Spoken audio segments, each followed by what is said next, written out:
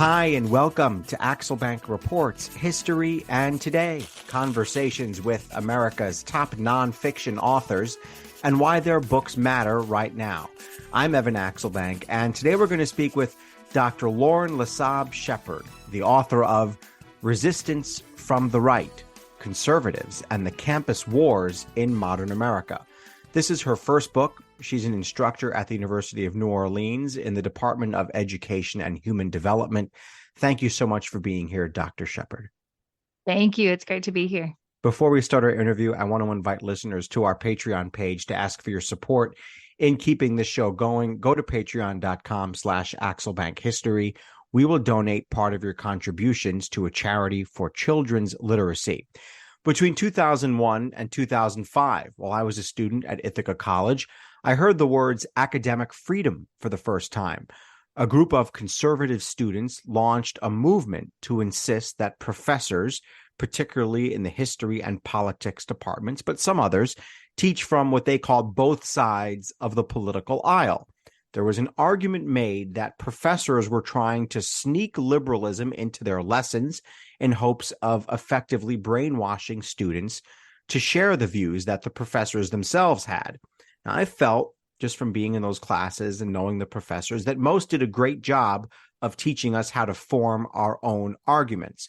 So when and how did American conservatives identify colleges as a place that were allegedly hostile to them? So great question. The answer to that question is quite long-winded, and I'll give you the short version. It goes back at least into the 1930s, and then it's most famously articulated by 20th century rights hero William F. Buckley Jr. So Bill Buckley, known for his conservative magazine, National Review, his first major book is a critique of the academy. It's called God and Man at Yale.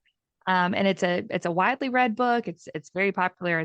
Even now it's part of literary lore, I guess you could say, especially for people who study the right or just study political history more broadly.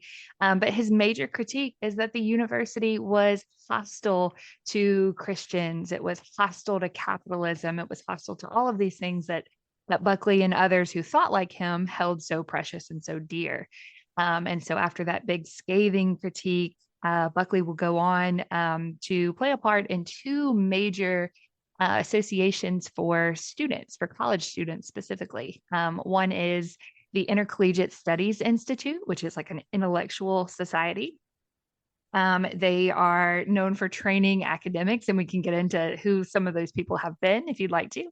But the second organization, the one that Buckley is most known for founding, is Young Americans for Freedom, or YAF. They're still around today as Young America's Foundation, so they've kept that YAF acronym. But they are an activist organization. They are punchy, they big personalities, and again, we can talk about some of who those people are as well. So the experience that I described in 2001 and between 2001 and 2005, was I one of many students on college campuses across the country who were experiencing that movement, the academic freedom movement? Oh, yeah. I mean, challenges against academic freedom, or people arguing that academic freedom should represent some sort of like political both sides. I mean, the right has loved that argument for a long time, because it kind of helps establish that sense that they're aggrieved, they're a minority viewpoint, and their ideas should be heard just as loudly on campus as any other. You start the book with a quote from William F. Buckley, who you just described. Mm-hmm. And the quote that I want to bring up is, "When the menace of communism is gone, other vital battles will emerge." And I'm leaving a few words out here, but he says, "When the menace of communism is gone, other vital battles will emerge. The winner must have help from the classroom." What types of battles, as in what issues, did he envision schools would impact when he said that in 1951? Well, yeah. So he's talking. Excuse me, that's my dogs. I didn't even hear them. It's okay. He's talking about American culture more broadly. I mean, I actually, that quote was a last like I put that in last minute. I think when I was doing the page proofs, I had to ask my editor, can I please put this in because it's so good. I was checking my notes and I was reading the text one last time and said, I need this. So that quote, by the way, is from Buckley's first book, God and Man at Yale. Yeah, I mean, so he couldn't have anticipated in the early 1950s some of the culture war issues that blaze across our headlines today. Certainly, he might not have been thinking about issues like trans bathrooms, right? That's not something that he could have anticipated. But he was thinking American culture more broadly. I mean, there's this sort of understood post-war liberal consensus in American politics and in American society. And that's something that Buckley was just vehemently against. I mean, it's the whole reason to be for founding his National Review magazine is to sort of punch back against this, widespread liberalism in American culture. So, and honestly, what he anticipated in that quote has really come to fruition because after the Cold War ends, there is no big binding anti-communist boogeyman for all the different factions of the right to unite around. And so, these sort of groups that have had to sort of be in an uneasy alliance under the banner of conservatism, and I'm talking about libertarians, traditionalists, white supremacists, and all the different factions that are there. After about the 90s, the project kind of unravels and we see the version of the right that we see today. You tell a story in 1967, and it really reminded me a lot of a story that I covered at the University of Florida, when I covered a white supremacist speaker who was going to be there. And really, we were covering the protests around it more than anything else. But the story you tell from 1967 is that George Wallace, the famous, even today, segregationist former governor of Alabama, gave a speech at Dartmouth, which was met with numerous hecklers. And you argue that both the hecklers and the speaker and Wallace wanted that confrontation. They wanted that confrontation captured. I'm curious how the media of the second half of the 20th century began to help turn academics into a battleground. Oh gosh. So I'm not an expert on the media. Let me just put that disclaimer out there. But yeah, there does seem to be this, in the larger like liberal media organizations, this desire to be fair, to cover both sides, right? And so that means, I mean, depends on how far you want to go, extending, how far do we go down the right? Whose opinion are we going to cover? But I mean, we were talking about the 90s just a second ago. I mean, that's when you see people like David Duke, if we can fast forward from the 60s, David Duke has pretty good success as governor or running a gubernatorial campaign in Alabama in the 90s. So, I do start off with that example of Wallace in 1967, but that's just, one case. And we've seen several more. I mean, it's not hard. You don't have to look very hard to find white supremacists, rubbing shoulders with major players in the GOP today. What is the fact, though, that these two sides wanted the platform that the other one gave, about the type of battle that this was becoming? Yeah, that's really interesting too. And to kind of, sorry, spoiler for listeners if you haven't read that little section of the book. I mean, it ends with the Dartmouth faculty admonishing the anti-Wallace demonstrators, right? So the students were punished in this case. Yes, it was fascinating. Yes. So Wallace comes in 67. He is addressing this crowd, and it's huge. It's 1,400 people. They've packed the auditorium, and there's standing room outside, right? There's people trying to get in. The campus radio broadcast is trying to cover it, and they can't because the hecklers are so loud, and the hecklers are students from New Left organizations, like students from a Democratic Society and the Afro-American Society. And they're shouting, Wallace is a racist. He should not be here, not on our institution. These are not the ideas that we hold. And yeah, those are the students who got punished because of the heckling and, violations for student conduct. What is the origin of, I mean, this is going back to the beginning here in some ways, but what's the origin of the American university and college system? And was was there ever a concern at the beginning that higher education could become a place that could eventually become the seeds of these massive political wars that we see today on campus? Absolutely not. No. So the history of American higher education dates back since before the Republic. The very first university, well, it wasn't a university, but the first college in the US is Harvard, and it's founded in 1632. So American higher ed has like has a century and a half of history before 1776, right? So, and it's not for everyone. It's higher education is for the very elite. Oftentimes, it's used for people who are going into ministry. And so the higher ed that we're more familiar with today, certainly after World War II, we start to see like the democratization of higher ed and welcoming different students, different faculty, diversifying curricular opportunities. But even before that, I mean, you'd have to reach back to since the Civil War, that higher education starts to become more of like a professional place to train people. But no, to answer your question, I mean, could the early founders of American colleges and universities anticipate this? No. And so what was the system set up to be? I mean, what was the idea? I mean, where did it fit into the economy of the day that there was this idea that we needed to have, I don't even know what they did before 12th grade or, You mean in the 17th century? Yeah, in the 17th century. Like what exactly were they trying to achieve by setting up these institutions? So I'm so glad that you said 12th grade, because what we would think of now as a K-12 system standardized to, educate you up to the age of 18, absolutely did not exist. College would have been, you could go to Harvard if you were 13 years old. Most of the entering freshman classes would be 15, 16, and they're sons of elite men, especially in the South. Gosh, they're sons of planters. And the whole idea is just reproduction of class, right? It's a good old boys club. You go to meet your friends. You go to meet, well, women aren't allowed, of course, but you go to meet people whose sisters you may marry.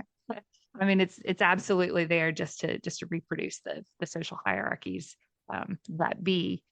So yeah, it's not until after World War II that there's this idea like, okay, college is to, in some people's minds, get an education so that you could enter the workforce. That workforce connection wasn't really there. So the goal was to have people of the same class commingle and and it was not expected. It was not expected that you would ever complete your degree anyway. You didn't. Once you get married, you don't have time anyway. Yeah.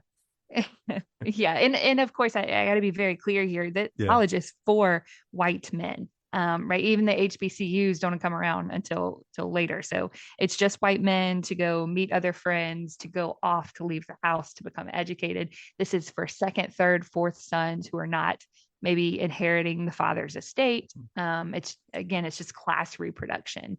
And you come home when you're ready. That's or when fascinating. You run out of money. Fascinating.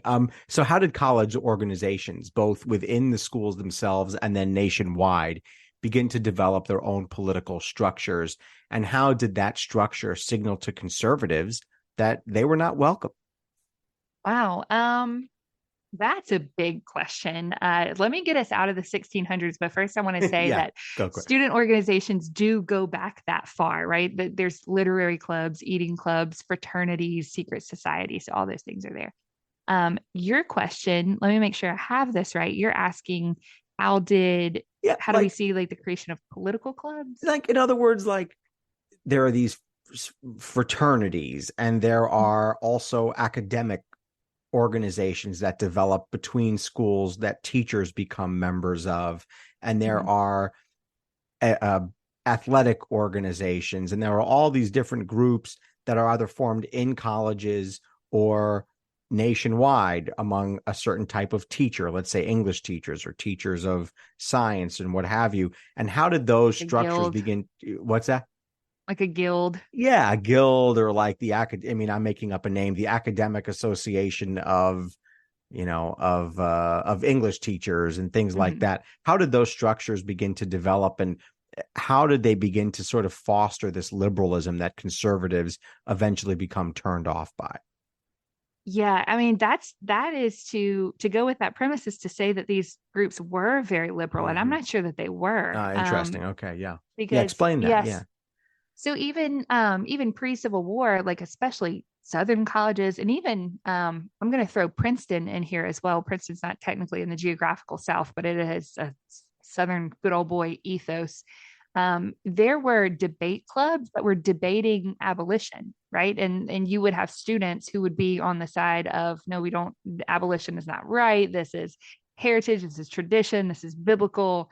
So, I mean, I'm not sure that all of these organizations, even the ones that weren't explicitly political, like debate clubs, you could debate any topic. I'm not sure that they were conservative. Buckley's grievance that he is, being left out. This is truly come about. It could have only happened in the post-war moment when there is this, um, n- mostly national agreement that we are against fascism, right? That we don't like, that we want to be democratic, right? We're trying to paint the United States, coming out of World War II as, on the side of liberalism and on the side of democracy. But Buckley does this thing, and I shouldn't stick with him because it's he and others at National Review where they conflate liberalism with the left. And if you are a liberal or if you are on the left, you would know that these are two completely different camps that butt heads all the time.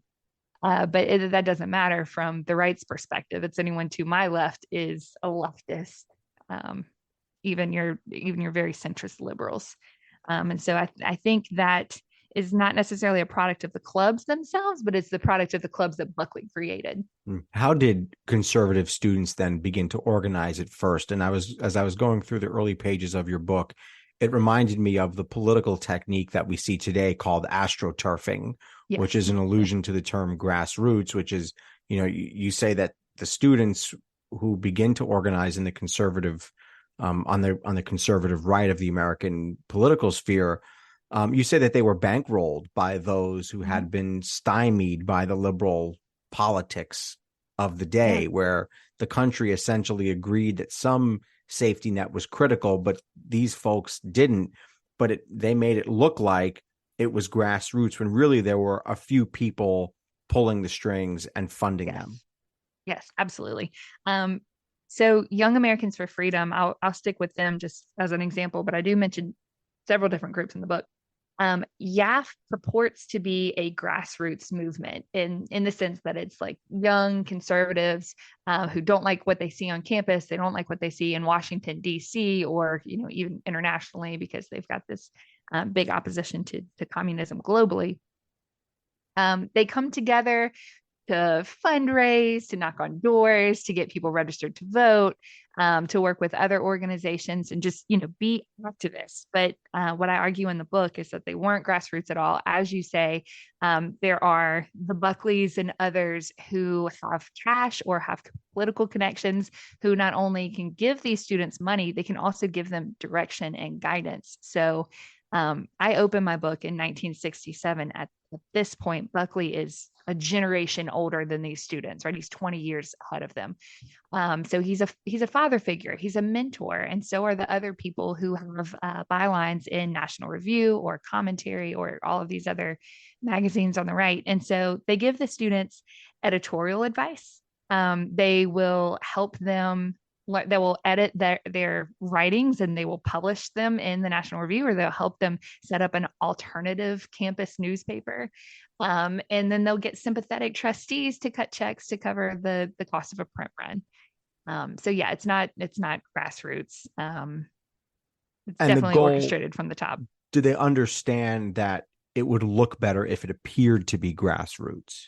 Oh yes, absolutely. So one of the things that YAF used to love to do, especially around the 1968 election, is position itself as the student silent majority. And then here, of course, they're referencing the 1968 election and Nixon's claim to represent the silent majority. So they say that on campus they're the majority. That's not true. There are opinion polls of college students. You can look back and see that's never the case. Most students don't identify as conservative. They don't identify as leftist either. Most white students, at least, are pretty politically apathetic. Um, yeah, so they will create secondary clubs. They'll just create a brand new club, give it a whole new name, but it'll all be YAF members on the roster. And the whole idea is to look like, look, we've got support from the anti-communist student group. We've got support from Young Americans for Freedom. We have support from the college Republicans, ISI, right? And so it's an illusionary way to look like they're bigger than they really are. What did your scholarships show? Those pulling the strings, doing the astroturfing, what did they actually want? Oh gosh, they want to dismantle the federal government. They really want to dismantle government at every state except for the local level. But so there's a couple of different camps in the funders. You've got these. A lot of money came from Christian organizations. So one of the groups that I discussed in the book are Campus Crusade for Christ. Today they're known as CRU, CRU. But Campus Crusade, they were phenomenal fundraisers. They raised money literally off of their good looks. Their training manuals would say, make sure that you appear well-groomed, well-dressed. College Republicans, same thing. So you've got Christian donors, you have some anti-statist millionaire donors, right? These are just very wealthy people who are against taxes. And then you've got other ideologues, and then you have small little donations that come from, there's this reference among the right about little old ladies in tennis shoes. But I mean, that really is the other group of people that you would get money from. It's just like your neighbors and friends, family, and small dollars, but they add up pretty quickly. So I'm really curious to ask about you in this case. Why are you so into this topic? Thank you. So the paper started, or the book started as it's not a paper anymore. It's many papers. Yeah, it's come a long way.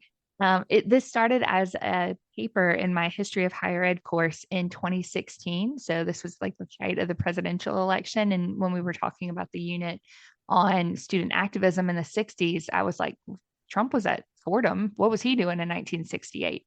And we know he wasn't an activist at all. He was dodging the draft several times, as were other people of his, class, of his status and wealth and connections. So that actually wasn't really very odd, but it made me wonder, like, okay, if Trump wasn't an activist, were there conservative activists? And it turns out there are other people that are very familiar to us. There are people like Newt Gingrich, Jeff Sessions, Bill Barr, both two attorneys generals, Dan Quayle, who was the vice president under Reagan.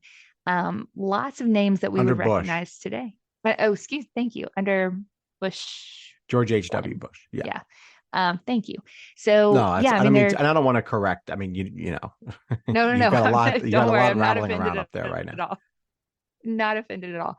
So I mean, they're people that we know today, and oftentimes they're categorized as like the new right that apparently got their start in the 70s. But what I'm trying to do with the book is to say, no, before they stepped into politics in the 70s as, full-fledged adults, when they were still college students, when they were teenagers, when they were 18, 19 years old, they were doing this work, and they were trained by people like Buckley and others. And that's how they are so good at what they do, this whole, burn it all down project that the right has. They've been doing it for 60 years.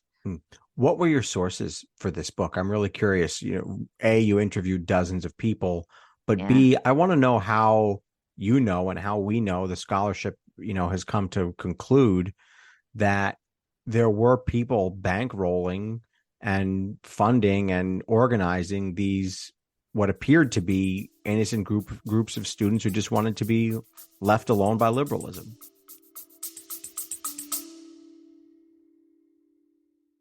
Baking from our childhoods just sticks in the memory, doesn't it? We never set off on holiday without piles of Tupperware. And there'd always be Bakewell slice, flapjacks, and tray-baked scones in the boot. Do you not do that, Lisa? Yeah, no. Sadly, I do not stack the Tupperware in the back of the car when we go off on holiday. Oh. Welcome to Small Ways to Live Well, a new podcast from the Simple Things magazine. Season 2 is a pick-me-up tonic that helps us make the shift from winter to spring. A 6-week suggestion box full of things to note, notice and enjoy about the season. Search for Small Ways to Live Well on your podcast app.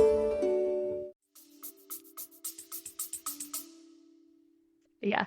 Well, so that intervention, that argument is not new on my part. I didn't come up with that. That's Jane Mayer's Dark Money. There's lots of books that talk about um, the portion of the right that has set up think tanks and have like all these other groups, like lobbying groups that write policy. The Heritage comes to mind. ALEC comes to mind. Anyway, so that's not new, but my sources are talking to college students and reading their writing. So I was able to get records from the College Republicans, which are at the Hoover Institution at Stanford University. I also looked for Young Americans for Freedom's magazine, The New Guard. You can find it on Amazon. It's all over in university libraries. Pretty easy source to find. I had a lot of success with just newspapers.com. And for listeners who are not historians, we approach newspapers carefully, right? They're one source, but you have to triangulate them with others. And so, yeah, interviews too. I spoke with dozens of people, over 50, 60 different people who were former activists.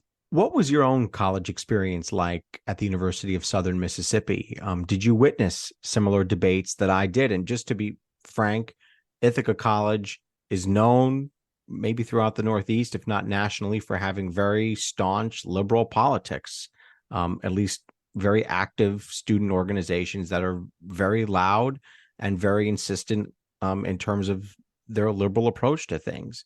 The conservative groups were kind of coming up as I was a student there. I'm curious, in Southern Mississippi, a very different part of the country than upstate New York, in a very liberal town that is known as 10 square miles of communism surrounded by reality, I think on the bumper stickers.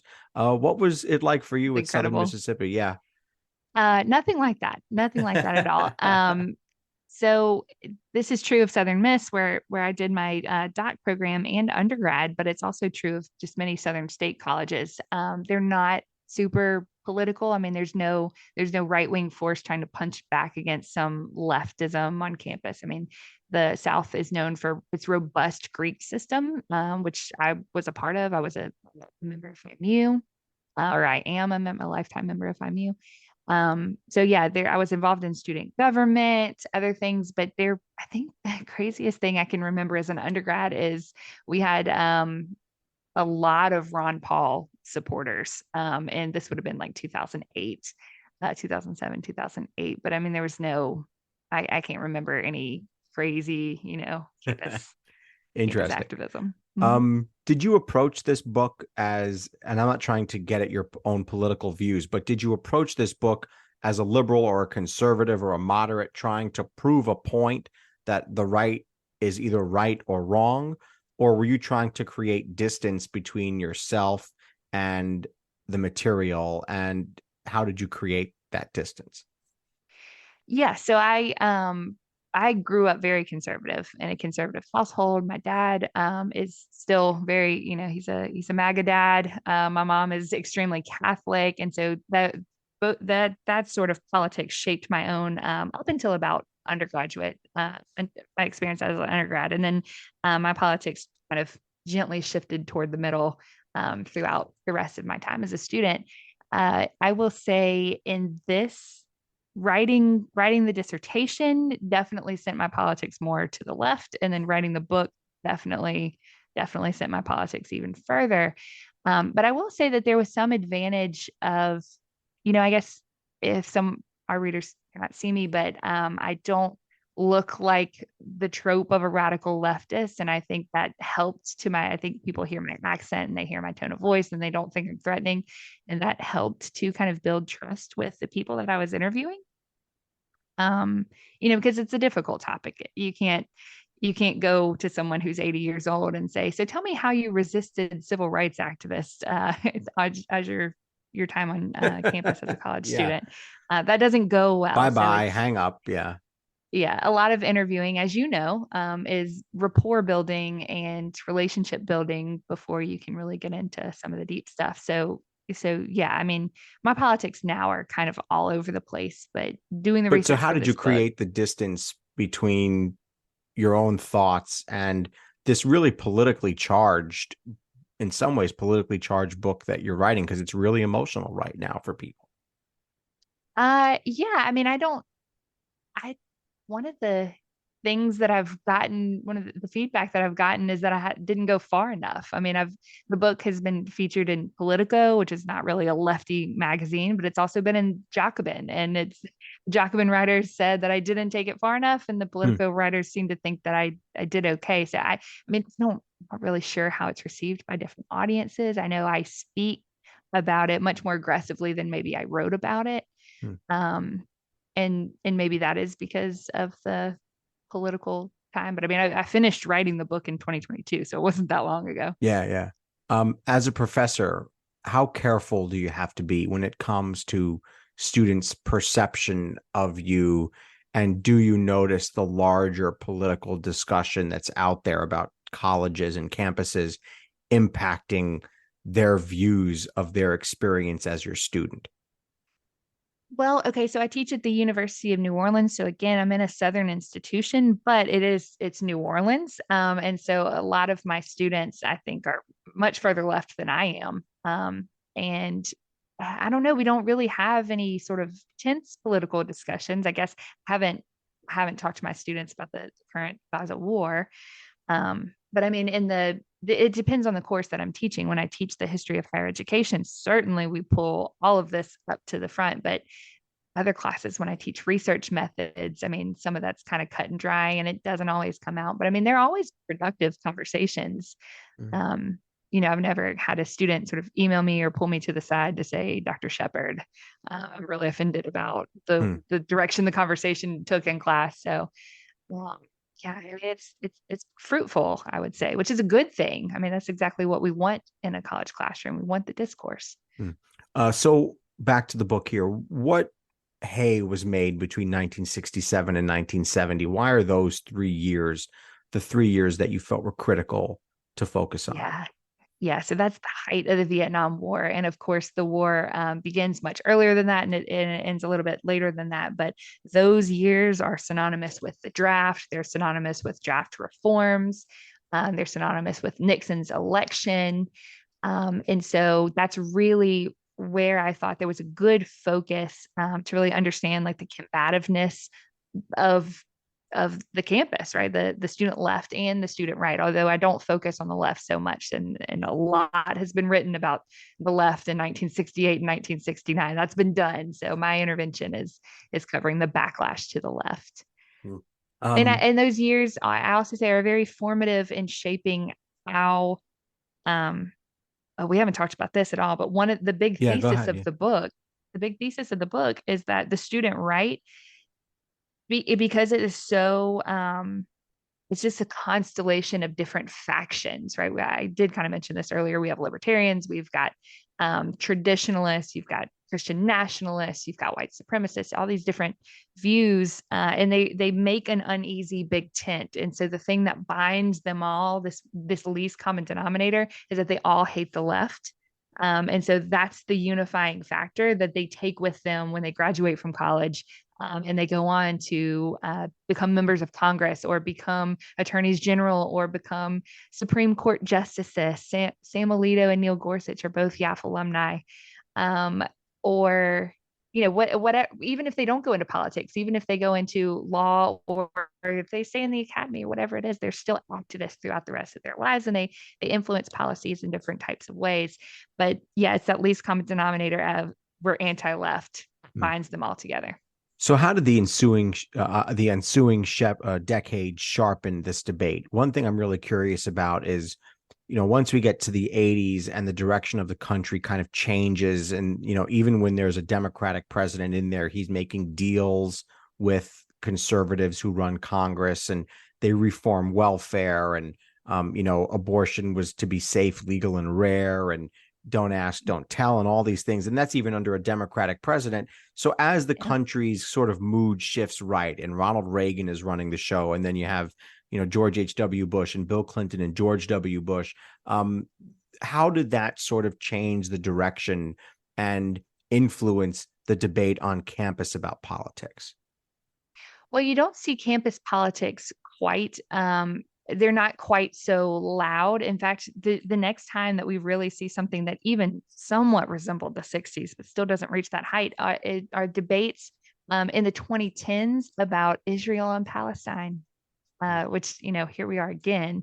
That's really it. The campus is mostly quiet. And I think that's because there's no draft involved here, even after 9/11, after the Iraq wars, after Afghanistan, you really didn't see that big upheaval the way that we did in the 60s. And yeah, there was no draft. That was sort of the linchpin that just set this whole thing on fire. What tips do you have for people to understand the current debate? For instance, in Florida, the tenure system has been changed. We've seen the governor seize the opportunity to appoint conservative activists to college boards. Presidential nominations, meaning for universities, have become the basis for entire elections. What tips do you have for people who are watching this debate on campus right now for how they can understand what sort of actors and what sort of forces they're watching play out? Yeah. Well, the first thing I would say is that this is a long history. It's not new. And then I would tell people to be involved, right? Higher ed is actually secondary. I mean, so much of this unfolds first at K-12. And so even for people who don't have, young students who are going through K-12 at the time, I mean, you can still become involved in your local community politics. You can run for school board. You can keep track of changes there, because that's really the bellwether before these things bubble up to the universities. From the perspective of the right, the university is a bigger monster to tackle, because there are different allegiances, especially in Florida. You don't see DeSantis. He took on New College. He didn't take on like the Florida Gators, right? He didn't take on a university with a big loyal sports franchise attached to it. So there's that. And then faculty have academic freedom, especially tenured faculty, or at least they should. I know you just talked about changes to the tenure system. And Florida is not the only state to do that. Ohio and Georgia have both done that too. And probably Texas, and I'm sure some others will as well, if they can. But I would tell people, just be aware of the changes that are happening, become involved if you don't like what you see. And that really, no matter what your politics are, even if you consider yourself a conservative, we should all be ardent defenders of the freedom to learn, right? This whole banning books, this whole like shutting down DEI programs or closing Black studies programs. I mean, none of that is a good thing, right? No matter how your politics fall, we need exposure to ideas that make us uncomfortable and that we don't like. This is a bit of an aside, but I want to ask, what is tenure and why is it important? Why does it get people all fired up? I mean, I had a professor who loved the fact that he had tenure and didn't have a PhD, and he used to dance to it. Why is tenure so important, and what is Must it? Be nice. It's a dying thing now. Yeah, well, that's what he was so proud of. Explain tenure and why it's sacred to universities, but it's also misunderstood by people on the outside. Yeah. So tenure refers to historic and legal protections that really come about after the McCarthy era. So it's after the Red Scare, when faculty are being accused from the right of being communist, of being anti-American. And so against these charges, faculty are being fired. And so the AAUP, which is still the big lobbying organization for university professors, steps in and says, like, look, we defend academic freedom, which is a concept that had existed for much longer, but in a legal sense, we defend a faculty member's right to speak, to research, to teach, as your position as a faculty member on campus. Now, what you do outside in your private life is something completely different, but in the classroom, behind the podium, you have the freedom to explore different ideas that may be controversial and may make people uncomfortable. And so if you want to know like the nitty gritty, how does tenure work out? Technically, if you're hired as a full-time faculty member, you're hired as an assistant professor. And after a few years, you prove your chops through research, teaching, and service. You get promoted to associate professor. You get a little teeny pay bump usually. You spend a couple of years there and you're building up this massive dossier. So by the 5th to 7th year, you go up for what's called tenure. And that's when the faculty members who are part of your department, sometimes in other departments, review your academic chops and say, yes, we want this person to stay here at our institution. We'll provide them with these protections. And then it goes to the Board of Governors to get approved. And that's not a boilerplate process. It's different at different institutions, but that's kind of the general gist. And if you don't get tenure, that's a warning sign. After about your 3rd or 4th year, this is not, you didn't get the promotion, then you jump to another institution and interesting. try for it all over again. Yeah. You mentioned lower schools. You mentioned local school boards and things like that. Yeah. How things are so political right now in the school systems. I mean, when I was a kid, there were no fights. Parents didn't seem to be fighting our school boards, and it didn't seem like there were, major intrusions of big geopolitical things going on. I mean, there was no pandemic, so there was no opportunity for masks, but things seemed to be, pretty sedentary compared to today. How much of an extension is what we're seeing at the local level, an extension from what we have seen go on college campuses? I mean, I guess a way to ask it is the draft to college campuses what masks were to local elementary schools? Wow, what a profound framing. I'm not sure, and I'm going to have to think about that some more, but I really like that. So the other thing that I would say is the K-12, all of these, anti-maskers, a lot of that is AstroTurf as well. Like Moms for Liberty comes to mind right now. And you being in Florida may be familiar, and your listeners maybe too, but Moms for Liberty is this group of mothers who claim to be supporting or protecting their children from like pedophilia in the classroom. So they're very against trans rights. They don't want their students' teachers, their children's teachers to be gay. There's a laundry list of things they don't like, but they're funded by a handful of big donors. DeSantis is kind of behind a lot of this. And even the book bans, Washington Post has covered this really well. Most of the book bans are filed by a handful of people. Yeah, it's like 11 right? people or something like that. Yeah. Yeah, it's incredible. So yeah, these are AstroTurf movements as well. And the way that you fight back against that is having a real grassroots movement. And it doesn't have to be political. You don't have to show up as a Republican or a Democrat. You don't have to wear your political stripes. Just say, I care about my kids. I want my kids to have the best education. And so we want the best teachers in the classroom. We want all of the books available, whatever, pick your platform, but it doesn't have to be controversial. You just have to care about your kids and care about democracy as a starting point.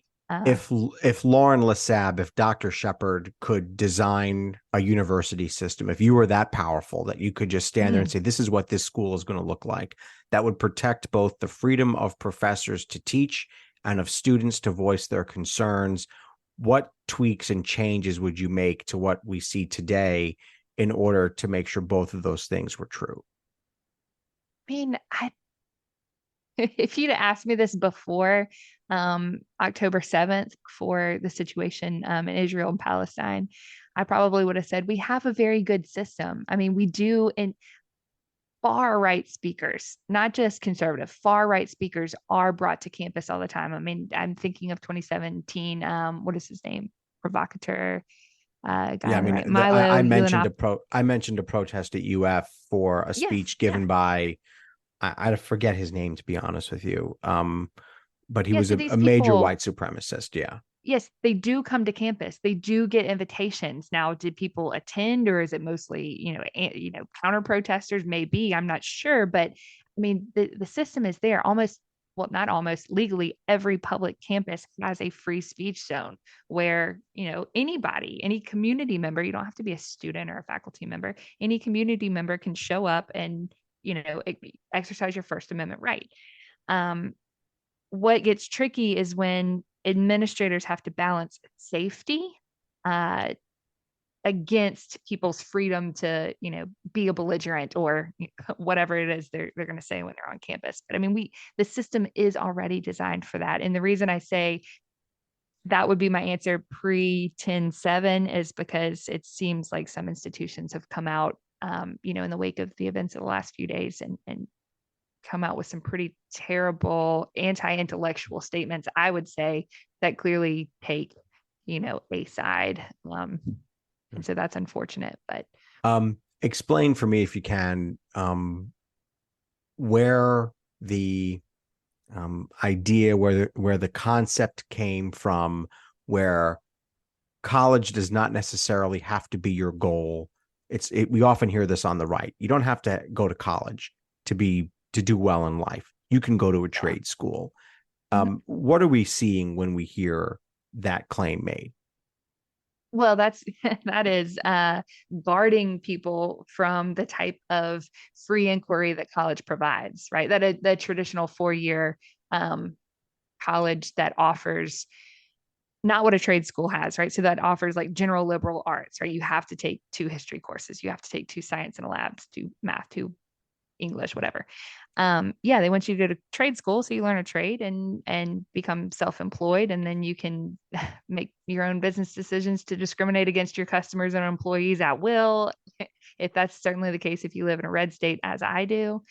I think that's part of this larger pattern of hostility towards higher education. And I don't think that higher education is inherently leftist. It is inherently liberal in the sense that the curriculum wants to expose students to all sorts of topics, right? To ask questions and find answers across different fields, different subspecialties. It's all about open-mindedness.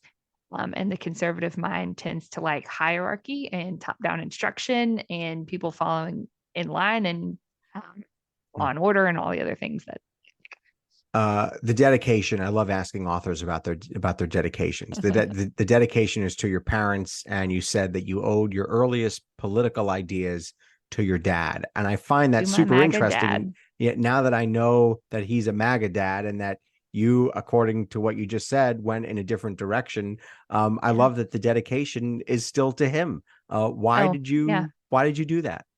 My dad and I politics all the time. 50% of our conversation is about politics, and it's what's in the news. And I let him know these are the things you didn't see. Because do you get mad at each other during these, or how does it? Not to be way personal, but no. We've definitely gotten very mad at each other, but our relationship is stronger than our politics. And I guess I hold space for my dad and his views, and I can be sympathetic to them because I've had them before, if that makes sense. And certainly these are things that I would disavow today, but I know where he's coming from, and I'm not even gonna add the cliche. I know his heart is good, or his heart is in the right spot, because I don't always think that, but I do understand his worldview and his way of thinking, because I have been there myself. And the dedication to you just wanted to make sure that he knew that, and that the whole world knew it. Yeah. You're working on a second book. What's next? Yeah. So I'd like to write a newer history of the academy. So I don't know if academy? I'm going to. What is the academy? Sorry, please. American Higher Education. Gotcha. Okay. Yeah. I don't know if I'll start in 1632, but I might start in 1970. Cool. Dr. Lauren Lassabe Shepherd, the author of Resistance from the Right, Conservatives and the Campus Wars in Modern America. Thanks so much for being here. Thank you. Check out the book. Check out her website, which is laurenlassabe.com. She's on the website formerly known as Twitter at @LLassab. I want to invite listeners to our Patreon page to ask for your support in keeping the show going. Go to patreon.com/AxelBankHistory. We will donate part of your contributions to a charity for children's literacy. And thank you for listening to Axel Bank Reports History and Today, conversations with America's top nonfiction authors and why their books matter right now. Check us out on Facebook, Twitter, and Instagram at Axel Bank History. We update those with clips from the show, guest announcements, and book recommendations. We'll see you next time. Thanks.